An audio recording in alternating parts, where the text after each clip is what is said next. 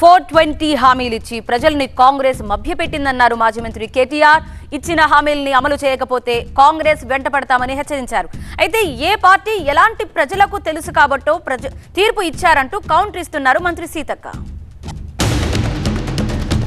ఇంత దిగజారుడు రాజకీయాలు ఏవైతున్నాయో ఇవన్నీ ప్రజలు గమనిస్తూ ఉన్నారు. ఇవి కేవలం వాళ్ళు ఇచ్చిన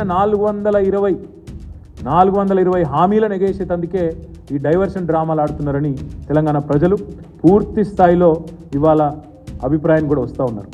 మళ్ళీ అదే అబద్ధాలతో డైవర్షన్ టాక్టిక్స్తో పరిపాలన కూడా నెట్టుకొస్తాం, ప్రజలు మర్చిపోతారేమో అనుకుంటున్నారు. మేము మాత్రం మర్చిపోనీయం ప్రజలను. 100 రోజులు అన్నారు, మీరు 100 రోజుల్లో చేయకపోతే మిమ్మల్ని బొందబెట్టేది ఖాయమైన దిశగా తప్పకుండా ప్రజలను ఉద్యుక్తులు చేస్తాం.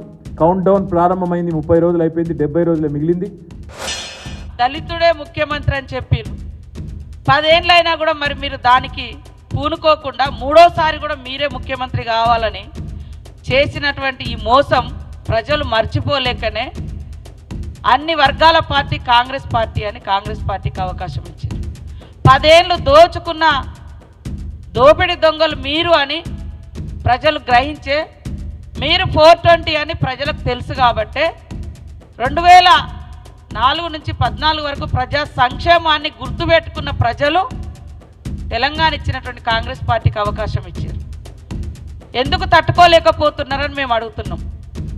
ఇవాళ ఒక ప్రజాస్వామ్యబద్ధంగా జరిగినటువంటి ఎన్నికలలో మెజార్టీ మాకు వస్తే తెల్లారి నుంచే కూలుస్తాం పేలుస్తాం అని చెప్పేటువంటి ఈ మాటలు ఎందుకు ఇంత దురహంకారం మాటలు, ఇట్లాంటి దుర్బుద్ధి అని మేము అడుగుతా ఉన్నాం.